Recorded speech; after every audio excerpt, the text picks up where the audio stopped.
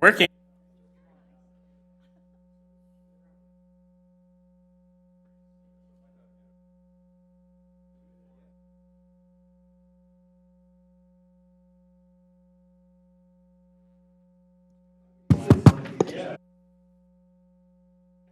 Yeah, it's working. It's for sure working. There you go. Yep. Okay.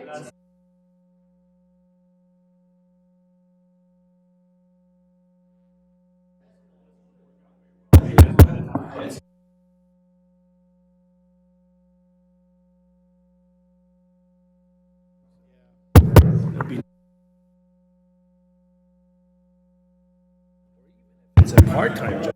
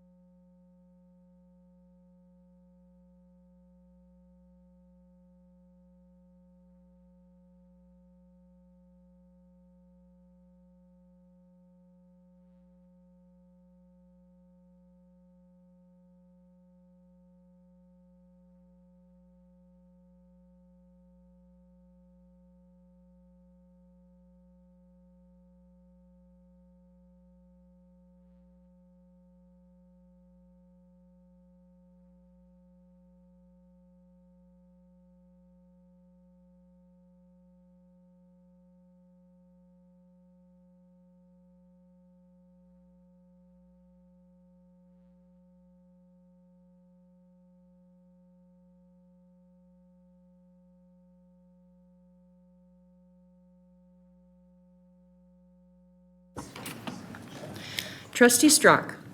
Here. Trustee Morris. Trustee Jeffrey. Here.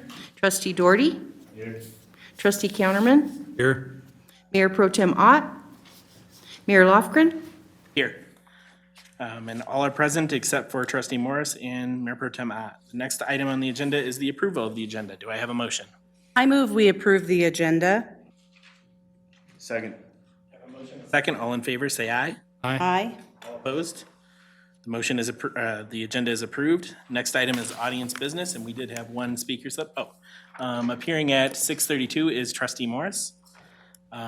We did have one speaker slip from Mae Westcott. If you could step forward and state your name and your address and address your concern. So I'm Mae Westcott, and I live at 2019 Fletcher Avenue in Lockwood. I'm actually here tonight to speak about a safety concern in Silver Peaks. I'm the chairman of our delegate for our HOA. And at our last meeting on the 14th, we had several homeowners come and bring to our attention that they feel like there is excess speeding going along on Jade Street, which is one of the primary entrances to the community, and that there are many of the homes along there have small children, and they have significant concerns that the combination of small children and speeding is going to lead to a serious accident. So I'm just here to make sure that the town is aware of these concerns, and perhaps just ask what our next steps would be. I know that we talked in our meeting about making sure that they were notifying the police about those concerns, but that may not be the right advice, so. We usually don't respond to public comments, but I think we do have this for a discussion item on our next agenda. Is that right, Mr. Stamey? Yes, and so David and I have met with Jeff Ream, our transportation engineer, and we've been talking about this for quite a while to try and get something set up. We're going to present a traffic calming program, which the town may consider options of how we address inquiries like this. Next meeting, June 4th, we should be discussing this. I'll pass that along. Thank you. Thank you. And the record should reflect that at 6:34, Mayor Pro Tem Ott appears. Next item on the agenda is the consent agenda. For the benefit of the audience, the items on the consent agenda are the payment approval report in the amount of $1,064,807.85 and the May 5th, 2019 minutes. Do I have a motion? I move to approve the consent agenda as presented. I second that. Roll call, please. Trustee Yott. Yes. Trustee Strock. Yes. Trustee Counterman. Yes. Trustee Doherty. Yes. Trustee Morris. Aye to the payment approval and abstain to the minutes. Trustee Jeffrey. Yes. And Mayor Lofgren. Yes, and the motion carries 7-0. Next item on the agenda is the financial update. Mr. Green. Hi, everybody. We're going to keep this short and sweet here because there's not a whole lot going on or that's changed. Really everything's still tracking as we expected to. As you guys know, last month, the super fund had that $3 million influx to help with the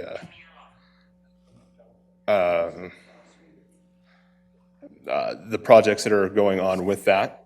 The general fund right now, about 41% of budget. So once we should be seeing the rest of the property taxes. Expenditures are at 12%. They're going to go up drastically once construction invoices start coming in. There wasn't a lot of activity on the construction on the roads for, what are we on? April. So those are still fairly low. The water and the sewer fund, as far as revenues go, 29% on the water and then about 27% on the sewer. So they're tracking right along where they should be as well too. Expenditures were about 43% on the water. There's been quite a bit of construction going on and still more pay apps coming in as we go on those too. So that's getting ramped up as far as that goes, as far as the construction goes. So I guess that's kind of overall. I really don't have anything specific to dive into, but if you guys do, I'd sure be. Trustee Counterman. A question about the general fund. It states that revenues have exceeded expenditures for the month by 45,000 something. And it continues to say, and revenues have exceeded the expenditures for the month by 759. It should have said year. That what? It should have said revenues have exceeded expenditures for the year by 759,000. So that was a typo. All right. Thank you. Anything else from anyone? Seeing none, thank you. All right, thanks everybody. Have a good night. Next item is the action items and action item A, ordinance 2019-641. Mr. On.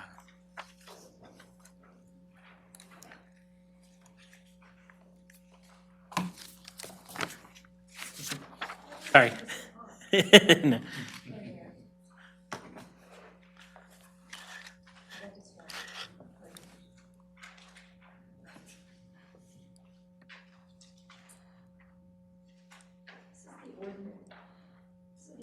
Discussed the last couple of meetings that addresses obstructions in the right-of-way particularly. And I got feedback from you during the last two meetings on revisions to the ordinance as presented to you tonight. It incorporates all of your revisions, particularly what this says is that it aligns the trash collection timeframes with the prior ordinance that we had, which is really the issue we discussed at the prior meeting. In the meeting prior to that, the issue that I think we discussed was whether or not we were going to allow a 72-hour grace period for certain obstructions, and so before a permit would be required. And so the ordinance was amended actually prior to the last meeting to incorporate that change. So I think now it has all the amendments that the trustees have asked me to put in there, and it's ready for your consideration, final action. Questions or comments from anyone on the board? Anyone have any comments related to this? Okay, I will entertain a motion. I moved to approve ordinance number 2019-641, an ordinance amending certain provisions of the Town of Lochbuie Municipal Code. 1, making it unlawful to obstruct town public right-of-way. 2, making it unlawful to place a dumpster, storage pod, or portable toilet on private residential property or on public right-of-way within the town unless certain conditions are met or in compliance with a town-issued permit, therefore. 3, declaring it a nuisance to place a dumpster, storage pod, or portable toilet on private residential property within the town unless certain conditions are met or in compliance with a town-issued permit, therefore. And 4, setting the penalties for violations thereof. I have a motion and a second. Roll call, please.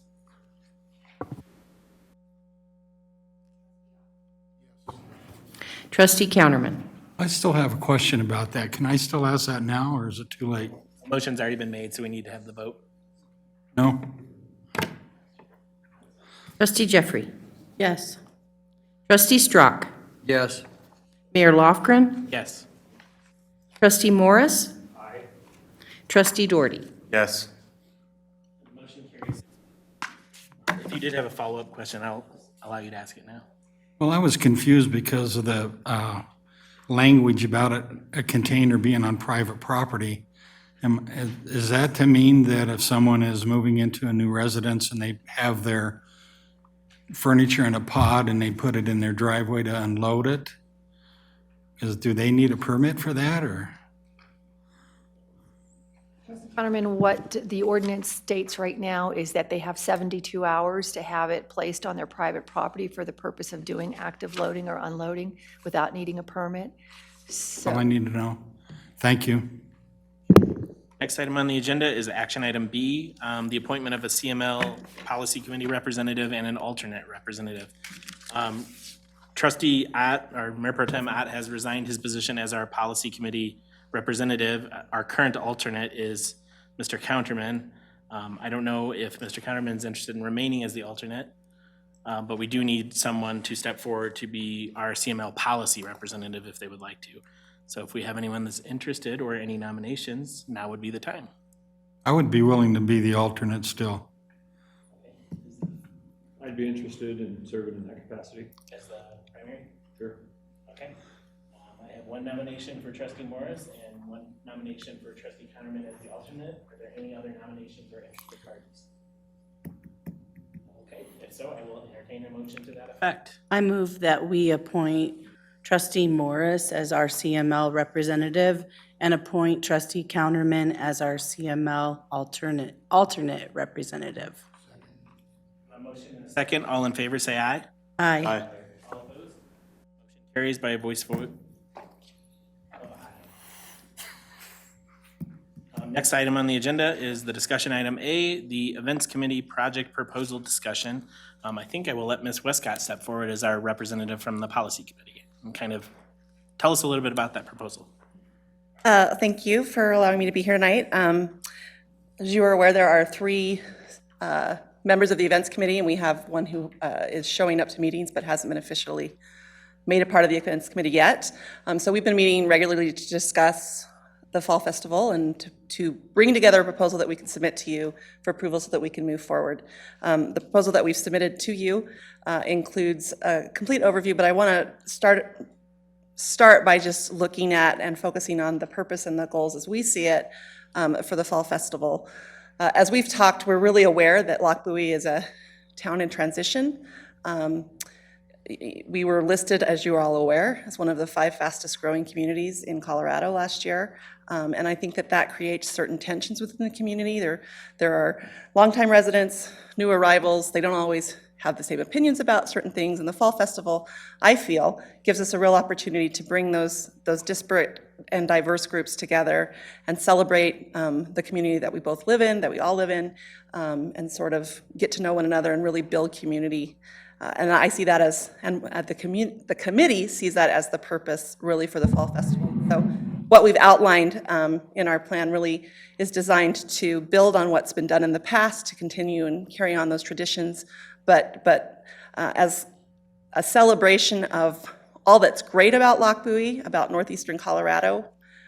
We want to make that a goal of our Fall Festival. We also want to make sure that we are putting our best foot forward in the community, especially in outlying communities, to make sure that businesses, nonprofits, whatever, as they see what's going on at the Fall Festival, we represent Lochbuie in the best possible light.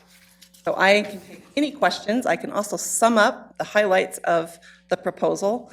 I would like to let you know that Sonia Huerta, who is our chair of our events committee, is ill today, and that's why she's not here. Any questions or comments from the board? Trustee Morris? Thank you. First of all, I am impressed with the speed that you guys, that your committee has launched with, and the enthusiasm that the members have brought.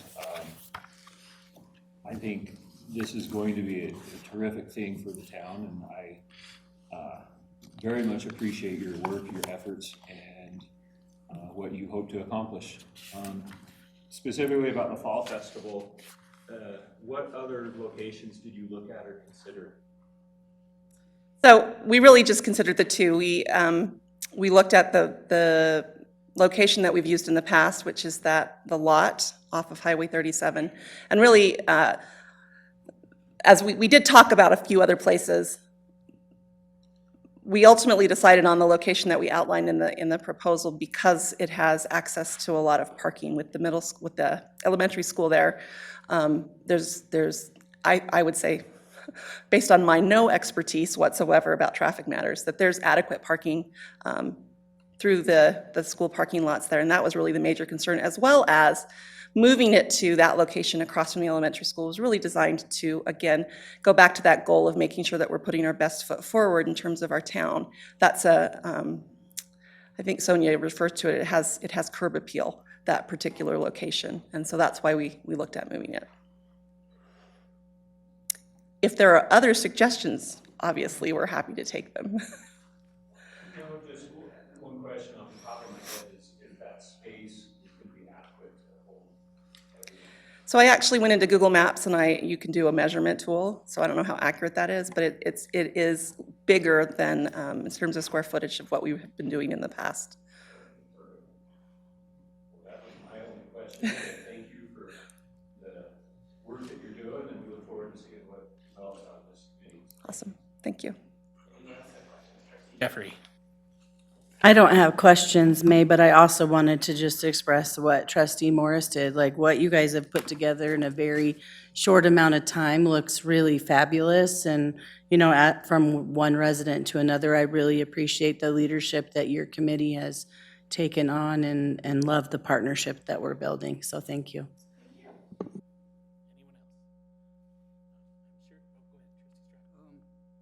I just concur with the other 2 trustees. You have put your best foot forward, and I certainly would offer my support in any way that I can.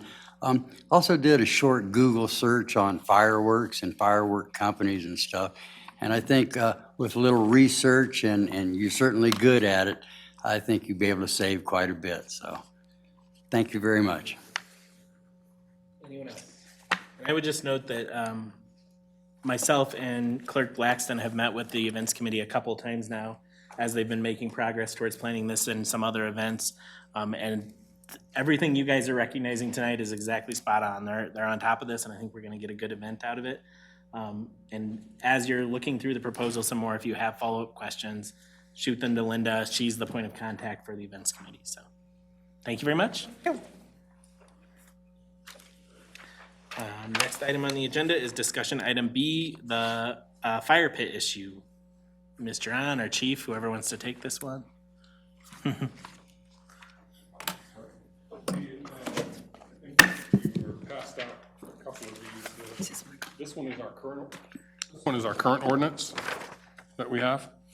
And then I think that there's one from Parker there that I think was that Maureen provided. So currently, the way that this ordinance, the way that we're enforcing this ordinance is okay, it talks about what burning is allowed, and then it specifically excludes certain things. And really, it doesn't exclude fire pits, it only excludes grills, basically, used for cooking. So if there's an interest in getting fire pits to be allowed in town, then I think that's what you guys are discussing tonight. Yeah, and I'll just follow up by saying this kind of arose because I think Chief was hearing some concerns about this himself, but I also had a couple of citizens reach out to me and say, hey, why aren't we allowed to have fire pits in town? So I kind of forwarded those concerns to Chief to see how they were enforcing it, and he said, yeah, our reading of the ordinance is no fire pits in town. And I, for one, have a fire pit in my backyard, and I know there are several people in town that do. So I thought maybe we should have a board discussion about whether that's how we really want fire pits treated in town, as in not allowed, or if we want to allow them under certain conditions, and that's the ordinance from Palmer Lake that that Attorney Duran provided is an example of a way we might be able to find a middle ground here. Well, I think particularly, that's a fairly complex ordinance. They obviously are up in a wildland fire area, so probably a little more concerned about just wildland fires than maybe we are here. But I do think the chart on pages 5 and 6 of 9 of that ordinance, where you see what the sort of the limitations are on recreational fires, where they talk about separation from flammables and minimizing the flame height and making sure it's always in attendance, might be something for you to just banter around a little bit about as sort of reasonable restrictions if you were to put an exemption. I mean, I think we can, as the chief points out, take our current open burning restriction and just add an additional exemption, but maybe add in some reasonable restrictions if you are going to use a fire pit and or even a fire ring, such as, constant attendance by an adult. Those are just, I put that ordinance there for you to consider, just so you see sort of what the issues are that other jurisdictions look at. I did talk to the fire department about their views on this a little bit. They're pretty much open with it. They're fine with whatever the board decides to do. We have a discussion about fire rings versus fire pits, something on the ground with the rings being potentially more dangerous than something that's elevated up off the ground already in a pit that you purchase, that's designed, or that you make, that's designed to contain that fire inside that elevated fire pit. So then there's the question of, what do you want to allow? What do you want them to allow to burn? Whether it's, natural gas and propane, that seems pretty common. A charcoal fire pit probably isn't very common, but probably safe. And then there's the wood burning ones, which I think there's been times where people aren't in favor of burning wood next door. The neighbors have allergies, whatever the things might be that seem to create. I know that I've worked in places where that's been a problem, where you get complaints of wood burning that are going on. But that's neither here nor there. It's just something. Thoughts, questions, concerns from any members of the board? Lots of talk on this. Let's start with our firefighter, Trustee Morris. Thank you. I would like to speak in favor of allowing fire pits and fire rings recreational use at shooting stars. Safety obviously is at the top of everyone's mind, especially for first responders. However, I can categorically state in over 19 years of fire service, I have yet to have a single issue arise from anyone using fire pits.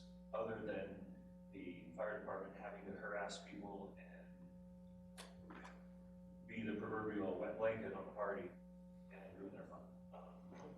Safety obviously is paramount, but it is the homeowners or residents who are taking on that risk or liability if they don't practice it safely and they burn their house down or the fence or shed or the field or something, then obviously the liability is on them for not practicing in a safe manner. A lot of people have it, a lot of people do it currently in spite of or in disregard of current ordinances. I think it would just be a smart thing to do to modify or amend or allow open fire pits and so forth. If we were to put restrictions, do you think we need?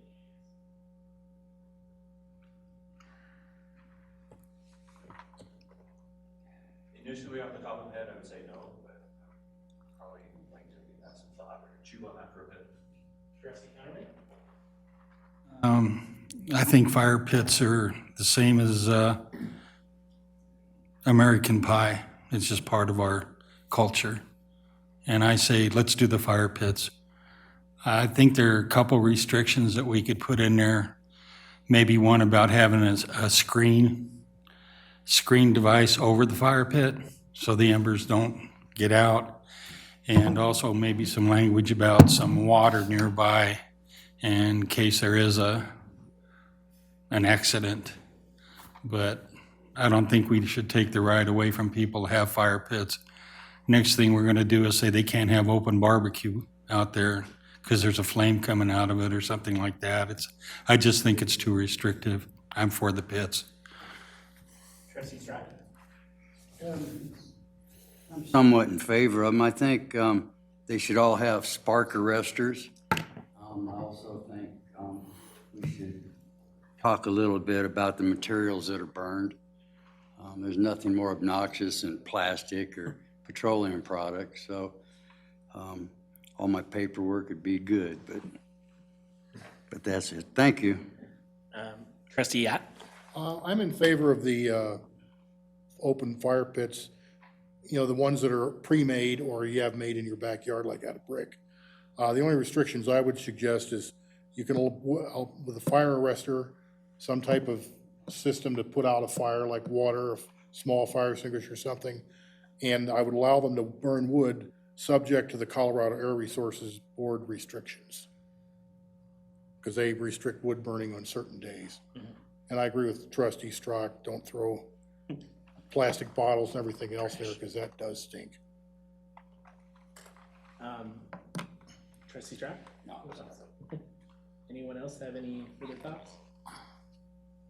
I would just echo all those. I think we should change it to allow them as well, with some kind of screen or some kind of spark arrestor like was suggested, and the same restrictions Trustee recommended, I would recommend. So is everyone kind of on board with this conversation, and can we give direction to Maureen to try and put something together?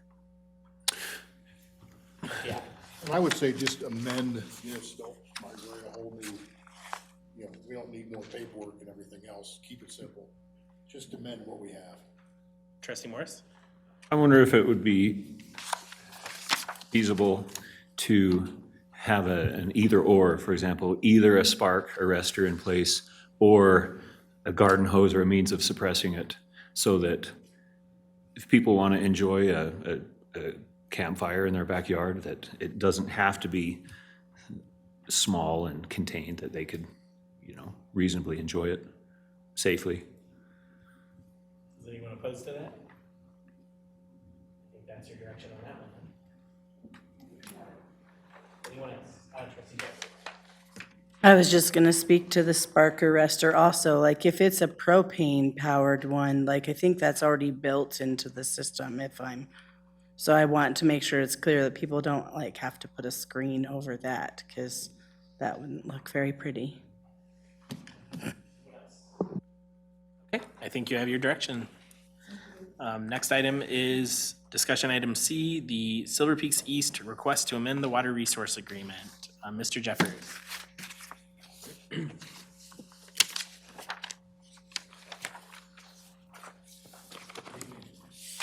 Fine. It looks like it's on. This first item that I wanted to talk to you about on Silver Peaks is coming back to you after you approved a water resource credit agreement last October because the developers have discovered some problems with the soils on their property that's going to cause them to lose a significant number of the lots out there. It's 45 lots. And as a result, it's affecting the economics of that development. And so I've been talking with Michael Blumenthal, who is here tonight, along with Harvey Deutsch, about options for coming back to you and asking for approval to amend the water resource credit agreement. There's a couple of novel things in there, significant changes from what was in the prior agreement. And so we wanted to talk to you about the concept first. I didn't want to come back to you with a detailed redlined agreement. We wanted to make sure that you were comfortable with the concepts that we're talking about. I asked Michael and Harvey to be here tonight to explain a little bit about the problems that they're having with that property and one of the solutions that they see for it. I'll give you just a brief summary about what that is, and then go through just a very short table that will show you some of the major changes to the agreement or significant changes to the agreement, so you can see if you're comfortable with the proposal that we're making. Harvey, did you want to say anything about the soils problems out there, or do you want me to just go ahead and explain them? It's up to you. You want me to go explain it, or you go explain it? If it's all right with you, I'd like to let them have an opportunity to just explain what the problem is on the property. They're more familiar than I am. And then just the sort of general solution that we're talking about with regard to the 45 lots and the certificates. Good evening, trustees and Mr. Mayor. I'm Michael Blumenthal. I'm one of the managers of the LLC that owns the Silver Peaks East properties. So a couple developments have happened that are a little bit positive since we first approached you with this concept. One, we had an option on the water that we bought from Lloyd Land, the 70 acre feet of water that is, will service this property. Now we own the water at a pretty hefty expense, so that's sort of a good thing. Something that's not so good occurred here in the last 60 days. AGW Wassenaar did a updated or new soils report on the property on behalf of D.R. Horton, the builder. And it was discovered that a certain part of the land in the southeast portion of the project, the water table had risen so high that it pretty much becomes economically unfeasible to develop those lots. So in addition, those cattails in that area that you see that has water and cattails in it, have so much organic material that would have to be, the muck would have to be depleted and removed before you could even start with layers of gravel and geotech material and another layer and compacting, that it's just not feasible to develop those lots. And the number of lots are estimated around 45, could be less, maybe only 35 that we're going to lose. Our engineer, we went out and resurveyed the property to determine this area, and the engineer is studying the Wassenaar Soils report. He's going to give us a pretty good determination of the exact amount of lots we're going to lose, but we know we're going to lose a significant number of lots. So what it does economically, there's lots that we can't sell, obviously, and water rights that we had bought and were processing in our water agreement to accommodate those lots that are no longer going to be there. So we've got some excess water rights on our hands. We lose, you had approved our Metro District with bond proceeds forthcoming almost on a per lot basis based on assessed value of the homes. They are now gone, those bond proceeds, and obviously the land platted lot sales are gone. So the revenue has taken a nosedive, and it's becoming a little bit of a economic feasibility hardship. So that's what we have encountered, and we want to go forward with the project still, but we're asking for a couple changes in the water agreement. And one, that we're able to phase the purchase of the certificates and the water fees that are corresponding water fees we owe you, because there may be a situation where Horton develops only those 75 lots on the west side of the canal while we're waiting to fix the east side. And in that case, we just want to be able to purchase the certificates that are necessary for the west side. And in addition, we want to be able to sell the certificates that are no longer needed to, we think it's LGI, Mark Bush and LGI has made us an offer to buy them. And the benefit would be, of course, we have the cash to pay the town our pro rata fees, number one. Number two, LGI, it allows them to begin building on 35 lots pretty quick if they own those certificates and they pay them, buy them from us and turn them into you and get started. So you'd have another 35 or 45 homes that would start probably this fall at the, I would imagine. So that's our dilemma. That's our proposal. And Steve, I think there you are. You switched sides on me. We still have 150. So I'll turn it, does anybody have any questions of me before I give it back to Steve? Questions or comments from Mr. Lippow? Trustee Morris? The land where those affected lots are, what would you be proposing to do with that instead of developing it into the lots? They would be turned into open space. So you would actually have more open space for the community. And we probably would want to do native seed, dry grass kind of irrigation, seeding, make it an amenity, but not, we don't believe that we should be using more water. I think that area has enough water underground. So hope that, that would suffice. We'd probably do a preliminary landscaping plan on those areas, just to make sure they're, beautified and landscaped.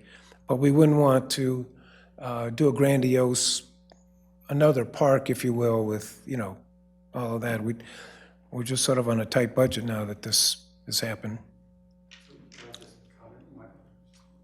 So they will need to do an amended subdivision plat as well to eliminate those lots to show the reconfiguration of that open space and streets as well.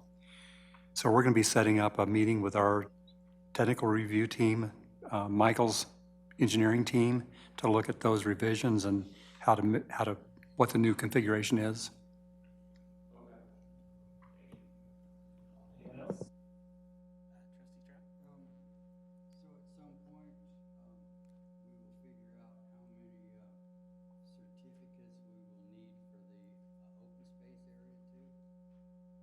That's correct. That's included in the water requirement.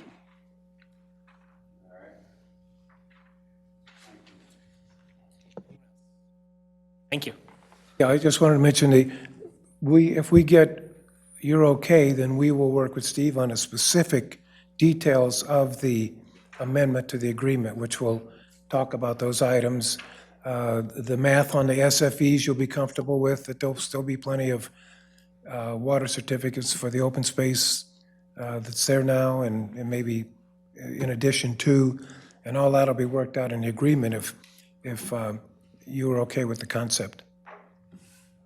One more question here. So you're losing 45 lots or 45 SFEs, and you want to take those FEs and sell them to LGI.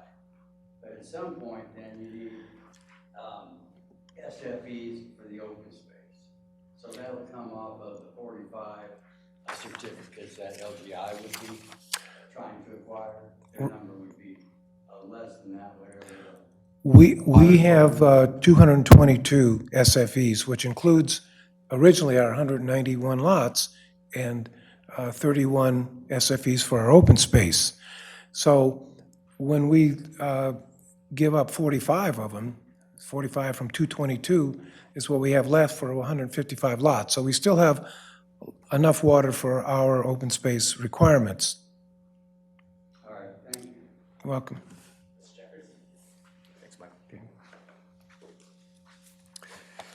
Yeah, so what we wanted to do was to lay out this concept, and particularly the two biggest concepts to me are whether we can split this development into two phases to close it.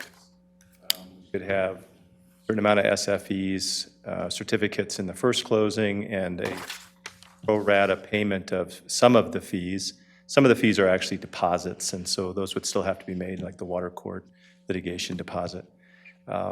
And then secondly, whether or not you're okay with the concept of approving the same number of certificates and allowing the developers to sell those certificates.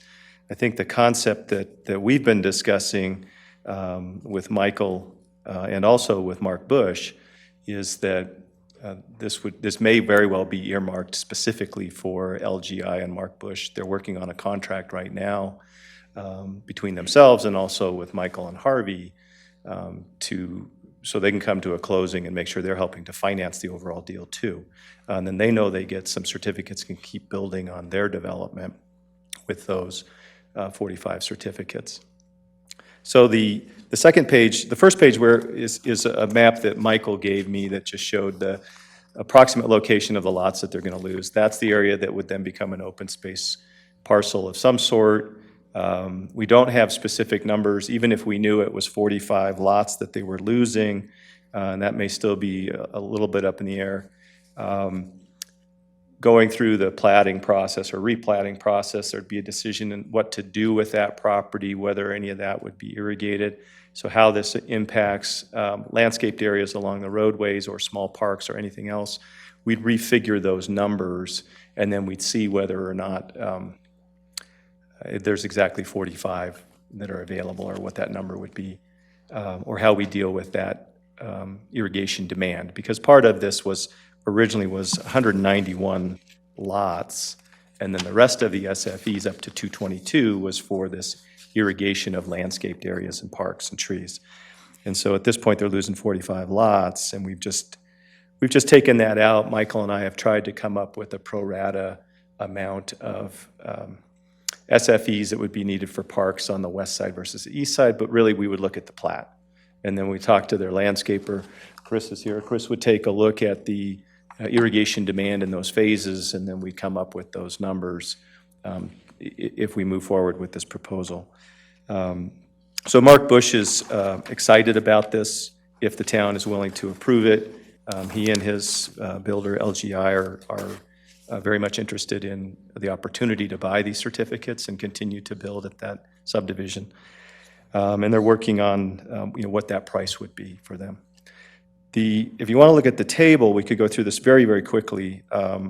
There's just a couple of items in here, and then it just asks for direction from you as to how you want to proceed. But that first line in the table is the buildable lots. It'll go from 191 down to 146, if I did the math right. There's 45 left. The number of certificates stays the same. There's no change.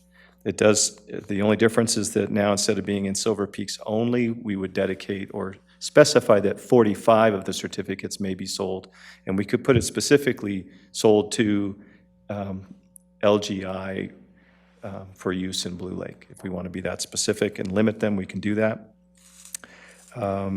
Under both scenarios, under the first scenario, we would have all 222 certificates issued at a single closing. Now we'd be splitting those.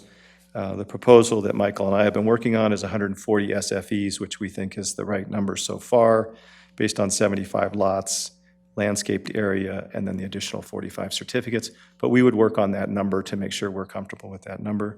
The remainder then would be for the last 71 lots, or however many lots there's going to be. And then the fees we talked about in the original signed agreement that we have right now, all the fees are going to be paid at closing. There's actually one or two fees that could be paid later that are security for releasing some of the certificates. We have a holdback provision in the agreement to hold back 20% of the certificates.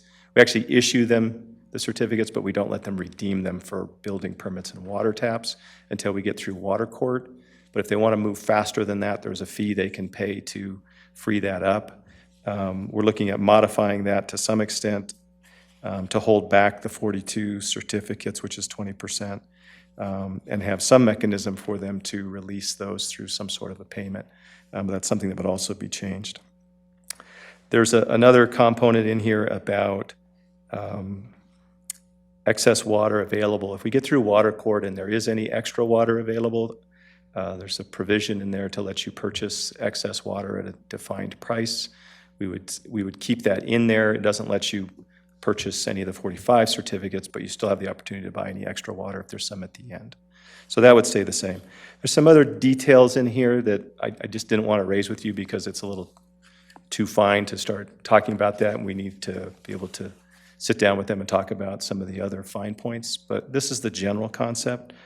And so if this is acceptable to you or not, we're looking for direction one way or the other as to whether we should proceed down this path of allowing them to amend under these concepts, and they'll have to replat, and we'll have to work out the details. But if that's okay with you, then we'll move forward. But we didn't want to spend a lot of time on this if you weren't in favor of this proposal. Comments or concerns? Trustee Strott? I'm a little confused on the certificates of closing. So you say you have 140 for 75 lots in landscaping in Silver Peaks East and 45 for Blue Lake. So that's 185 certificates. And then in phase 2, you're going to have another 82 certificates. Yeah, you caught us on our math.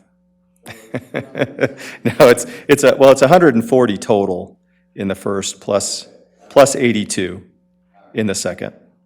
Yeah. Trustee Trustee Ott? I wouldn't have no problem with it. I would like to make sure that the 45 certificates can only go to Blue Lakes. And the second question I have is, these 45 lots that are lost, are they all due exclusively to water contamination?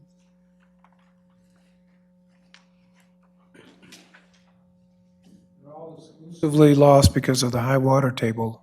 I mean, water is like 2 feet below the surface. Fine with me. I just want to make sure there was nothing else that was, no other contamination that we weren't being disclosed on those lots. So that's, as long as that's all it is, that's fine with me. One other small benefit, we still have to fix the drainage problem for the people at, was it Berkshire next door? You know, if a heavy rain comes, we could see that problem again if we don't get something done quickly. No contamination, I'm aware. Anyone else? Trustee Doherty? The 20% holdback, is that going to be based on each phase? No, what we're planning on doing is they're going to dedicate all of the water rights up front. And so we'll have enough water for the entire development, but they're only going to be purchasing the certificates. We'll have to work out, what provisions we have in there in case they don't do a second closing to make sure they can have that water back. But we have adequate security in that extra water in the first phase. And then in the second phase, what we're going to do is we would not let them redeem 42 of those certificates until we get through water court, so that we have that protection for the town. There may be a mechanism for them to put some additional money up. The reason for the money, or the way we had the money in the current agreement, is that they would put up enough money for you to buy additional water and change it in water court if we ended up short in the water court process.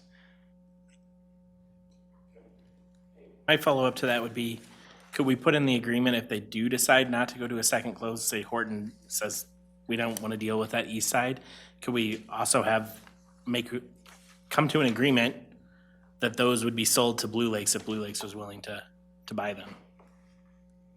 I don't know if that makes sense on our end, or if that's amenable to that. We could certainly talk with Michael and Harvey about that. They haven't bought other water rights. Sure.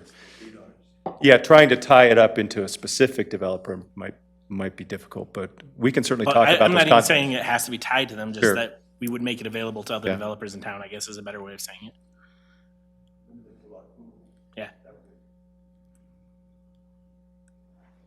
Anyone else? Okay, I think you have direction that everyone is on board. Okay, thank you. Next item on the agenda is discussion item D, Dedication of well site easements on the Neff property. Mr. Jeffers. I'm just going to stay up here for a while. Sorry about that.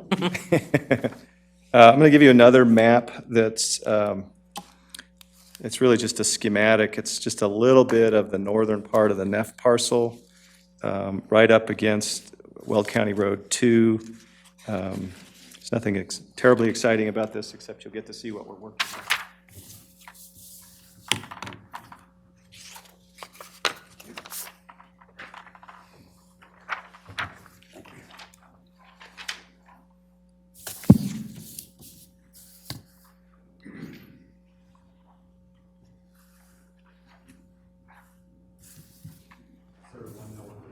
Parcel is located in the board. You want to explain where it is? Sure.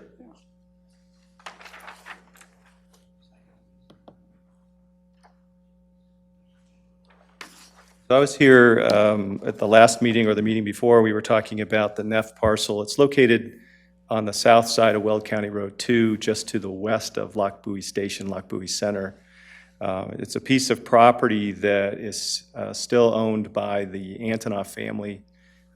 We've been working with Doug on obtaining well sites for non-tributary deep aquifer wells that you purchased in the 1998 settlement agreement with Antonoff and Wada and the Beebe Draw District. And part of those discussions recently were whether or not we would have the town agree to take those. You're entitled to 2 well sites on that property, but they haven't been deeded to you yet.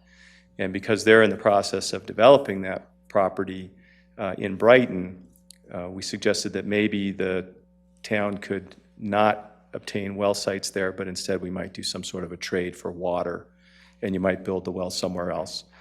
That became difficult to deal with because I think of some estate issues over there, and so Doug Antonoff decided it was better to just give you the deed well sites now. The property's already under contract with the developer, and so they've worked out an agreement amongst themselves that would allow him to dedicate those well sites to you and satisfy the condition of the 1998 agreement. So they have the right to give you the deeds. We're just trying to work out the details of that. They want to maintain flexibility because they've platted only the southern part of their property for residential purposes and have not yet platted the northern part of the property. Or maybe they're just in the process on the south, I'm not sure. So they don't even have anything other than some concepts about what they want to do up north. Some of that property is going to be parks or open space. Some of it will be buffers along roads. Some of it might be apartments or condos or single family. We don't know. The 1998 agreement defined where the wells would be located based upon the decree that you now own for those wells. And it allowed for construction of a 50-foot by 50-foot permanent well easement along with a 175-foot by 175-foot temporary construction easement that would be yours to use when you want to first drill the well, and then if you ever have to go back and do any significant reconstruction, you'd be able to use that again. So we started talking to them about where should these wells be located or the well easements be located. And in that discussion, they showed us this map, which is just a plan of some of the streets coming in here. The street that's coming through the middle off of Baseline Road would connect or be right across from a road that you have right there. Got the name of that. And then the other one is a road that they think that they'll build, and they just have it marked as Street A. So the well on the left is your Arapahoe 1 well, and the one on the right is your Laramie Fox Hills 1 well. So in talking with them, we were trying to figure out what would be a good location.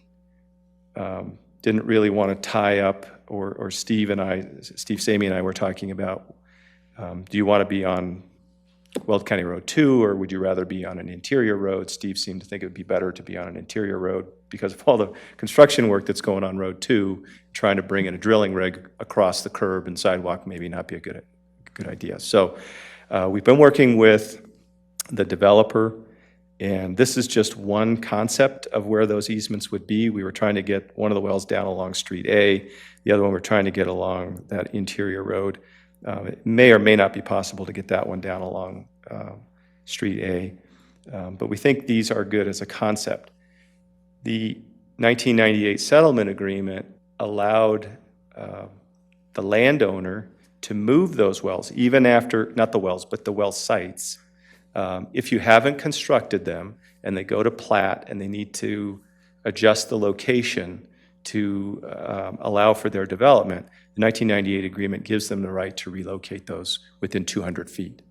And the 200 feet is okay for us in terms of the well site, because you can move a well within, under this decree, within 200 feet and not have to go back to water court. If you move the well more than 200 feet, we'll have to go to court to get approval, and it'll cost some money to do that. So we're working with them on the concept of where to put these. This is not their plat. They don't know what it's going to look like. So we're trying to maintain some flexibility.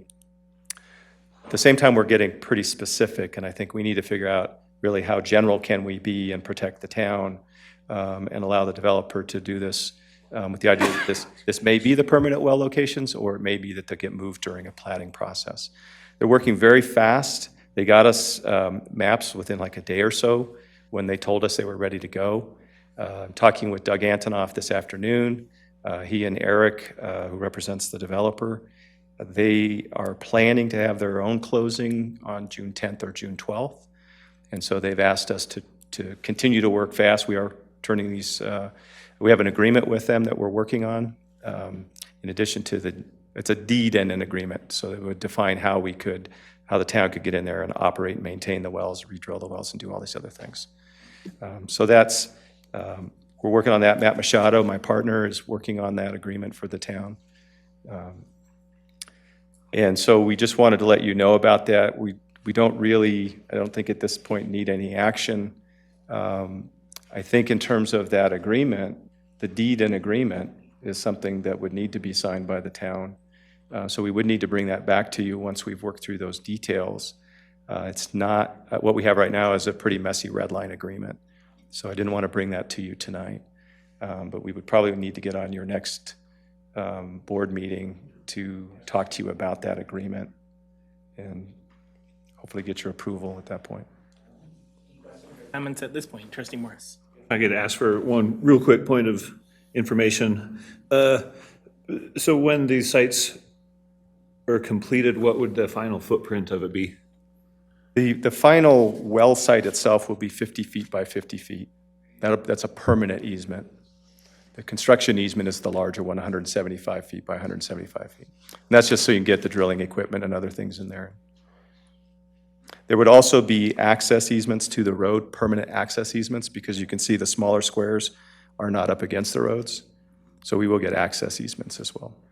And that would allow you both to drive in and also to deliver water out through pipelines to a public road. And then from there, you have to use the public right-of-way to deliver the water to the BB draw. I'm confused, you'll have to forgive me. These wells are on our property right now? No. Right now, all of this land is owned by Doug Antonoff or the developer. The developer may own it at this point, but I think he's under contract.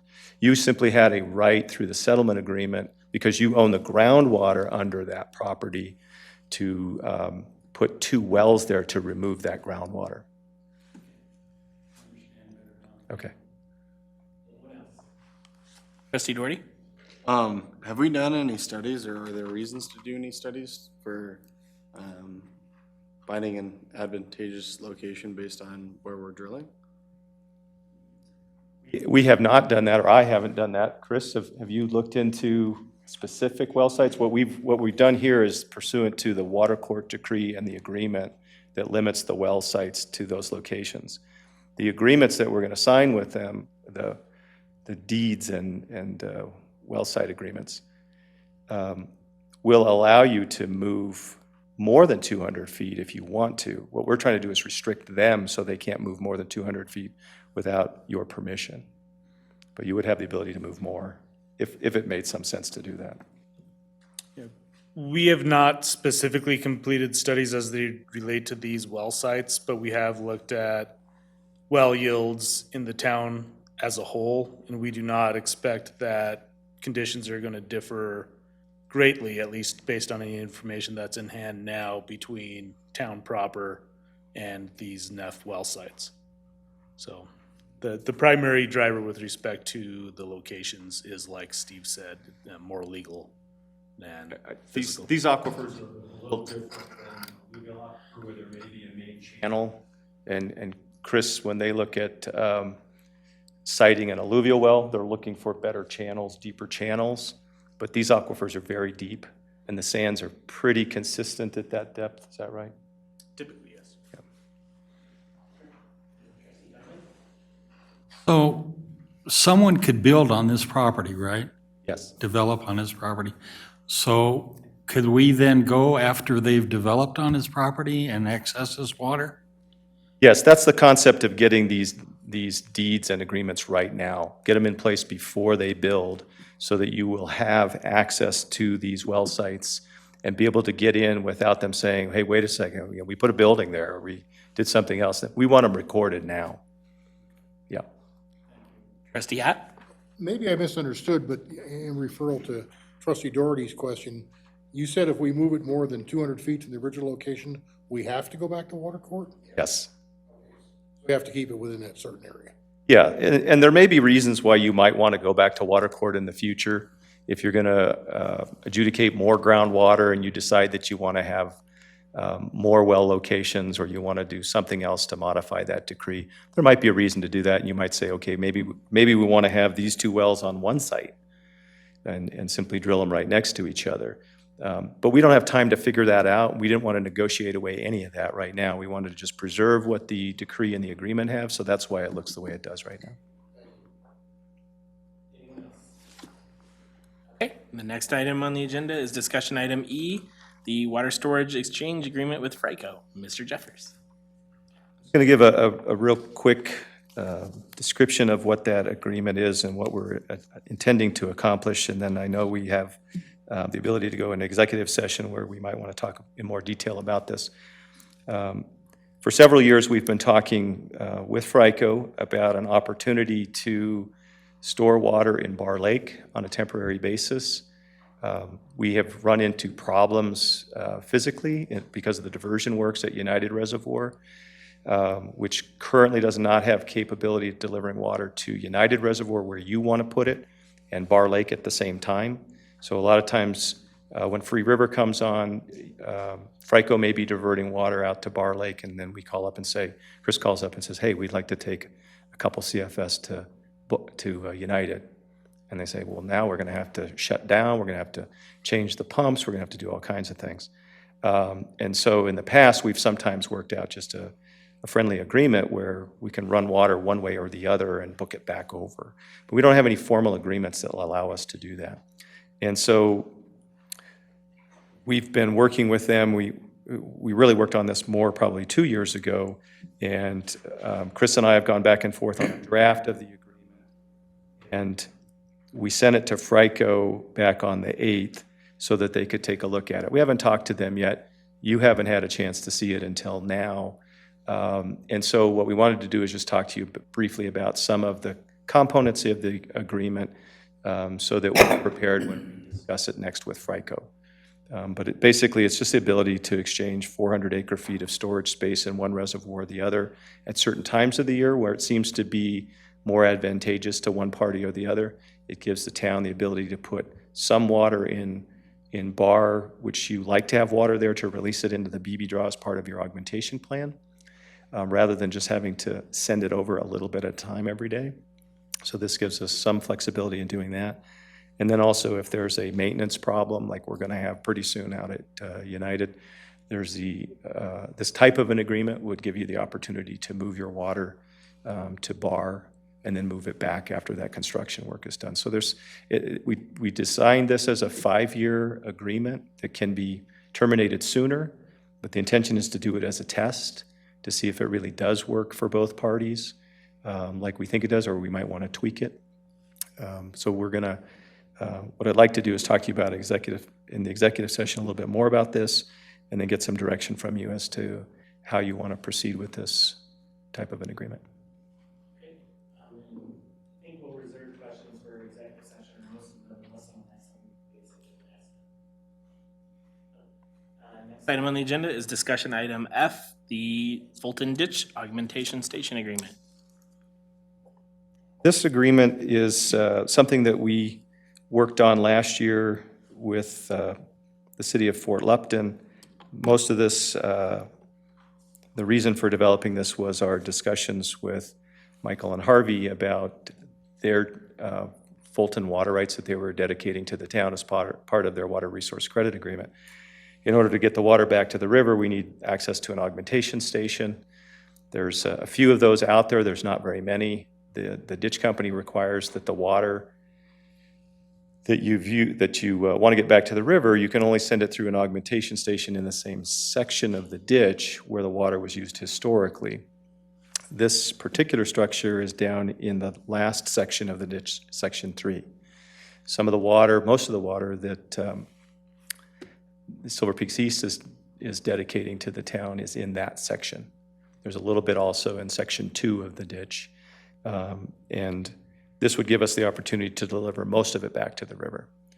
We're also in discussions with the developers at Loch Buoy Center, Loch Buoy Station, about additional Fulton water. Some of their water is also in section 3. We don't have either one of them at a closing yet. We're getting close to a closing, I think, with Loch Buoy Center, Loch Buoy Station. So it's time to really look at this agreement. We got this, took us a few months to get this from them. We've taken a quick look at it. It's a fairly simple agreement, but there's some things in here that I'd like to talk to you about to make sure that you're comfortable with this type of agreement at this location.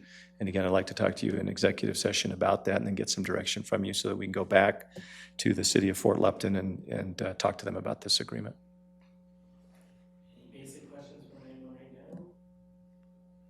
Or is there questions for executive session on that? Okay, thank you. Next item on the agenda is staff comments. Chief McCoy. Pretty easy for me. I don't, other than anything that's in my report, if you don't have any other questions, I don't have much to add. Questions or comments for Chief? Seeing none, the next item is Director Beback.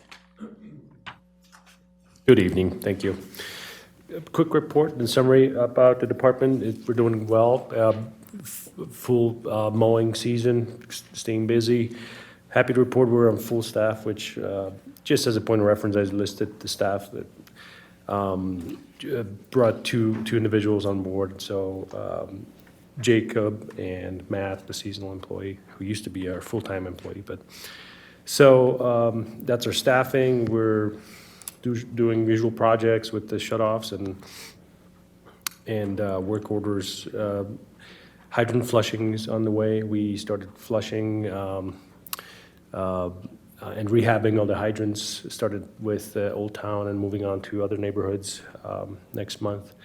Lubricating, painting each hydrant, testing flows at each one, testing valve at the street for each of those units, and recording all that info. Hopefully, we'll get all that info in our mapping system once it's up and running. Speaking of which, we just purchased a license for ArcGIS, which is a mapping program. I talked to you about this a few months ago. We finally did it.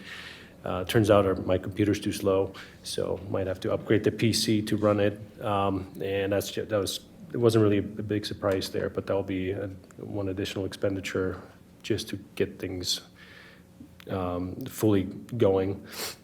Had a good kickoff meeting with Martin Engineers. That went well. We went over all the projects that are happening and what needs attention and sort of what's upcoming. And met the staff there from the office and introduced, of course, staff from the city, from the town here. Other than that, everything else is just for your info on the report. One issue we had is those backflows, and I don't know if you heard about it, but we had someone come through our parks and just cut off all the backflows, and so we couldn't get the water to them on time. But plus, it was a big hit. It was $2,200 worth of backflows, and filed a report. if there's anything positive out of it, we had the serial numbers for all the units because we test them on an annual basis as part of the backflow program, and but who knows where they're at. I tried actually Craigslist to see if I can maybe spot them and buy them back, but I couldn't find them. So that was kind of a bummer, but the water's back on, and I just had to reschedule the annual testing for later on this month. Shoulder work for 37 and 4, this is something I talked about last year. We just haven't had a chance to do it. Just put a picture of what a shoulder machine looks like. Basically a unit that attaches to our skid steer and kind of lays a good uniform surface along each shoulder. 37 looks horrible. 4 looks pretty bad. In the past, what we've done is just stick the loader and scoop little by little bit of backhoe, and it didn't look very well. I mean, it did what it did, but the plan is to rent one of these things for a few days, and actually the plan is also to use one of these things for the park trails and open space trails. We just readjust the width of the unit and just take it, load the hopper and just run it and fill and compact. I am looking at other alternatives for the parks and things. Mayor Pro Tem kind of put me to some other products that are out there, just kind of testing the feasibility of that, or looking into feasibility of that. But so that's all I got as far as that. And the other handout that you have is the County Road 2 widening schedule. This is the schedule we got from the asphalt specialties last week. With all the weather we had, this unfortunately has changed a little bit. There's an additional delay because of weather. If you've seen these before, this is a Gantt chart that lays out the timeline of the project. If you look at the left column, you'll see the 29th. ID number 29 is where we're at right now. Fortunately, we had the bad weather, but the plan for this week was to excavate and form all the inlets and all the stormwater pipe. That's where, and Trustee Instruct, there was a bigger sheet if you want to see it. I don't know if it's there somewhere. I have to squint either one. Yeah. But if you look actually up in that schedule, you'll see 3 weather delays, about 20 days worth of weather delays. You'll see another total of 20 delays in additional potholing that happened so far. So we do have about 40 days delay into this, in addition to 170 or odd days that we had since last year. But that's where we're at. The plan is, obviously the contractors are still here. The Asphalt Specialties is committed to the project with the moved completion date to mid-October somewhere. So that's what we're shooting for right now. And I don't have a full update on the roundabout, but as this is ongoing, the plan is to put the roundabout work out to bid and get proposals for that work. In the meantime, we brought Martin on board, and the hopes are that that firm will take on the responsibility of managing the roundabout project. That's the plan. Once all the CDOT approvals are in place, including the approval of Martin to be the construction administrator for the roundabout, once those things are in place, as this project is ongoing, the plan is for the roundabout to start somewhere during this time frame, and hopefully everything will be completed by the end of the year. And I say hopefully because of the weather, all right? And that's the part that's unknown always. And when you look and you scroll down and you look at the end of it, it's October. So hopefully weather cooperates for concrete, because that's the biggest thing. Is all right, it gets cold to 40 degrees, below 40 degrees. You're talking about just additional cost for blanketing, for prepping subgrade, for heating the ground. So we want to avoid all that. Hopefully the weather will cooperate and we'll get both of these projects wrapped up this year. That's what I got. Questions? If you have any questions. Trustee Stroud. Since you've taken over, I've got a lot more confidence in public works. Oh, thanks. I appreciate what you do. Oh, thank you. Thank you very much. Thank you very much. Thanks. Thank you. Anyone else? Trustee Donovan? I just have a general question. There's this massive hole at the corner of Bonanza and 2. Yes, I know about it. I think It's not a pothole, it's a depression, all right, that, I've heard about it from several sources, but it's, the contractor who's on site is committed to patch any potholes that occurred during the project. That has occurred because of potholing, and as they were moving the utilities over, they moved them over to Bonanza, sort of there, or further north, I should say, so. There is some undermining. It's not very critical. We are patching it in the meantime. I know it still needs it. Actually, when you look at that pothole or that depression, all that's coming out. That entire intersection is getting rebuilt. And that actually, the elevation of that road, of Bonanza, will slightly be lifted anyways. So all that subgrade will come out. It will be recompacted, and there will be new asphalt and curb and gutter that goes into Bonanza as part of this project. Actually, to all these intersections. What can be done now to do something about it? Because it's really dangerous. People are having to go out, swing around that, or else they're gonna lose the axle out of their car. And they go out on Road 2, swing out into traffic to turn around that corner. Something has to be done. Onto 2? Onto 2, yeah. So then we're talking about a different thing in that case. You're probably talking about where they sawed off the asphalt. I'm talking about the big hole that's developed there right at that junction on the right. If you're sitting at the stop sign, gonna make a right-hand turn, there's a big hole there it's just getting bigger and bigger. And now it's to the point where people have to go out into traffic and swing back, or they need to wait until traffic is by that intersection so that they can swing out into the other lane to make that turn. We'll have that filled tomorrow. I know what you're talking about. They sawed off the asphalt, and it's a pothole. That's where the edge of asphalt is at this point. They put some barrels in it, but to kind of warn people about the new edge of asphalt. I think that's what you're talking about, right? They just decreased the amount of roadway, basically. Right. We'll get some dirt in there, or some road base in the meantime. Thank you. Yep. I had a couple of things. Are the backflows in a place where we could camera them or put something on them to keep? Yeah, I mean, if we could, if we're allowed to put cameras, I don't know, we talked about that, I think, in the past, right? I don't know if you want to start putting cameras up in public spaces like that, but what we did in the meantime. We're gonna lose $2,000 in backflows, yeah. I don't know. What we did actually was we put quick couplers on them, and we'll take them off in the off-season, because I don't think anyone wants to cut them off with the pressure on, and that's what they did. They went around, and there wasn't any water in them, so they just cut them off. And they all had boxes around them with locks. They just cut off the locks, and it's not like they weren't secured. They were. It's just people broke into the box and cut them off. If we could, I guess, look into cameras. If not, they'll be out of there for the off-season. Yeah, sure. I had a couple of questions from members of the public about mosquito control. Do you know when we're gonna start spraying? This was before the snow, obviously. I don't recall the date they start, but we did renew our contract with mosquito control, and I'll follow up with that. And then a couple of questions. I didn't hear any of that. Can you repeat that?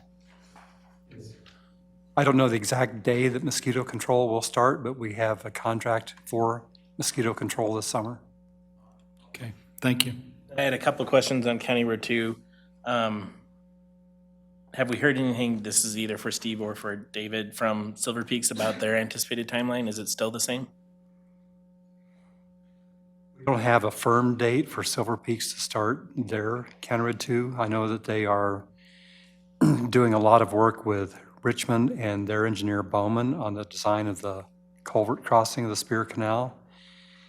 And we met with them about incorporating a sidewalk in the deck of that culvert as opposed to running it in the swamp area on Silver Peaks East, a sidewalk. So there's a little bit of redesign work on that. We know that for the culvert construction, the window for FRICO is from November 1st to the 1st of March. Their intent is, I think Maureen and I had a long conversation with Jen Ruby from Walton, is to start late summer on their part of County Road 2. Yes, that was their intent. She couldn't give us a firm date. I think we need to, I'm trying to set up a follow-up meeting with City of Brighton to talk about the median along that section, about the design of that median and maintenance responsibilities for that. Last thing I had was maybe just a point or question/point. It looks like on here, their tentative schedule is to close Bonanza on August 14th. At school? I was just gonna say, that's the first day of school, so we're closing. Right, and we talked about that actually.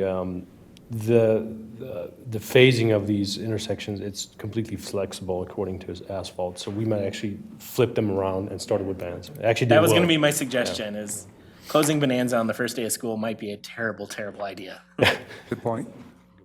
Catch, thanks. Next item, anyone else have questions? Okay, next item is staff comments from Water Wastewater. Mr. Amy. Not gonna give them water on that day, so they'll close school. Water plant, everything's, we got our 1-year cleaning, the cleaning in place. I was part of the construction that was done last month and went off without a hitch. Everything worked just as it was supposed to. And the membranes came out perfect, so we're kind of happy that it wasn't a killer on everybody's back to tug 55-gallon drums around, that it was all easy to do. We had a weird, excuse me, a weird event on April 1st that we thought somebody was screwing around with us over at the water plant, but it just turned out to be a computer glitch. But sure got everybody rolling. We thought, now who would do that on April 1st, for crying out loud? So, at the wastewater plant, everything, the construction's going well. We've been firing up a lot of equipment. We actually started pressing biosolids last Thursday, so that was a hitch and go on a lot of that because we didn't have all the chemical on site to make everything work as it was intended. So it was a messy situation, but we got it all cleaned up and things running really well. We're really pleased with how things are going over there. We had a couple shutdowns last month. Those went off without a hitch. Randy and the guys are doing a great job out there, making sure the contractor is allowed to do what he can in his schedule, so we don't hold him up, so we can get him in and get him out of there. But it's going really well. Even through all that gyrations, the plant's still running along just fine. You guys seen all the stuff that they've been doing out there. If you got any questions, shoot away. Comments from the board. Trustee Strack. How about the flow meter? At Silver Peaks? Yeah. That had to be taken out because it was foul, so we had to put a spool piece in there. So we should be getting it back here in the next couple of weeks. No problem. David? Not related to Wayne, if I may. Yeah, thank you. Yeah, just a quick update about spring cleanup. I plan to do what I did last year and give you a summary of what happened and everything else. And I'm not sure if you've received any comments from the public this year, but in my opinion, it went well and much better than last year. The weather cooperated, and what helped was allocating additional resources, I think, for making a 2-day event versus a 1-day event. We had twice the amount of dumpsters from get-go, and we switched kind of how we operate. It got additional signs, so I thought it was pretty awesome. So I don't know if you heard anything from the public. Saw 0 complaints, which usually means That's good. that's the equivalent of good. Okay. Next update is from Mr. Stamey. So when the wastewater plant's done and we have a good weather night, we should schedule a walkthrough of the improvements out there. Probably about a month, especially when it's dried out a little bit too. It is muddy. So just a couple of updates, and I'll be brief here because we have some other things on our agenda. So we are working with the replat of Block 20 and Planning Area 4 Silver Peaks. we hope to do in their subdivision improvement agreement, address some of these timing issues that they need to do for other parts of Silver Peaks. And we've also discussed with Walton about some other broad amendments in their annexation agreement that clarifies some of this language and the trigger points and things like that. So we'll be bringing that sometime here this summer to talk about those amendments and those agreements. Just one quick update that's not in my report. I've had some discussions with FRICO. They have purchased land east of the wastewater plant, both on the north side and south side of County Road 6. It abuts up to the frontage road. They want to do an annexation, probably a subdivision, and then a site plan for relocation of their office building to this area out here. It would also include, the administrative part of the FRICO operations, as well as their maintenance operations and some storage out there. And I think they're looking at other potential users on other parts of the site. So we're going to set up a pre-app meeting with our technical team to meet with them first to talk about the standards and requirements that they will need to meet for that annexation. So hopefully be working on that this summer. That again, County Road 6 and where? County Road 6, and just east of the wastewater plant. And the east side of this land is the frontage road.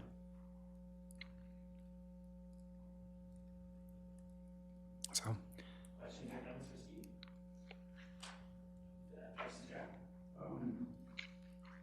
Well, too, that won't be close to our new shooting range, will it? I'll have to look. The other thing, I saw your last comment here that you talked to Don Sandoval about the Correct. internship program, and I talked to Flo about that last week, and she said they have the best and the brightest program from CU Denver. Right, and that's what we used before. Yeah, and so so we're on their list, and if it doesn't happen this summer, then we'll move up in the list to start after the first of the year. So we're looking at that. Yep. Just because I know we have someone from the Silver Peaks HOA here tonight, can you talk a little bit about what that proposed replat is? Of the, yeah. So in Silver Peaks, there's east of the elementary school, there's a large block 20, and I don't remember the exact acreage of that, but it allowed density of up to 20 units per acre, so which would allow anything from single family to multifamily. So they are now platting that block 20 into a series of blocks, streets, and lots for about, was it 122 lots, single family? And so its western frontage is King Street, and then it wraps, I should just bring in do you want me to grab a map? Well, we can show May after the meeting. I just wanted to give her an idea. Yeah, but so it's generally east of the elementary school, and it's adding another 122 single-family lots to that Silver Peaks Planning Area 4. Anything else? Property, or what's going on with that? So, and I met with, yes, and I met with Mr. Tagawa and his brother yesterday. And so I had Wayne look at some criteria. So we had given them a list of a report they would need to prepare to evaluate connection to the town's wastewater system. I've also advised him that I believe the town would prefer that he annex before we provide wastewater service to that property. So he's going to work with a technical advisor, probably an engineer. They need to provide information on the types of products they use on the site, the type of discharge they have, and the volumes, so we can evaluate any impacts on the wastewater system. So the handoff's been made. It's up to them to prepare that report. But interestingly, he also asked about starting to connect some of their properties to the town's water system. So I think that's maybe an evolving project happening on that site now. We've been dealing with Tagawa and water issues for years and years, and they've always refused to annex. They don't want to annex to do that. Are they now bending a little and saying that, You know, we've just had the initial conversations with them regarding wastewater primarily, but some question about water. You know, they have their own water source and their own water treatment right now on that site. So that would be an overall evaluation of our water attorney and water engineer if we get involved in that, any kind of water service. I'm just concerned because they're always asking, and they have been for years and years, about water issues, different types. And, you know, at times we've asked them, well, you know, we could do X, Y, or Z if you annex, and they're always opposed to that. But they don't want to annex, but they always want something. So my concern is, you know, what do we get in exchange?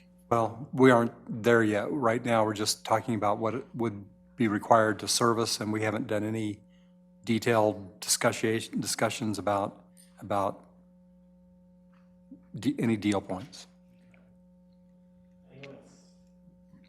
Jeffrey? I just wanted to ask a little more about your follow-up with the 7-Eleven representative. So they're doing their final work of just having all their final drawings in order, and they're now the final closing discussions with the owner.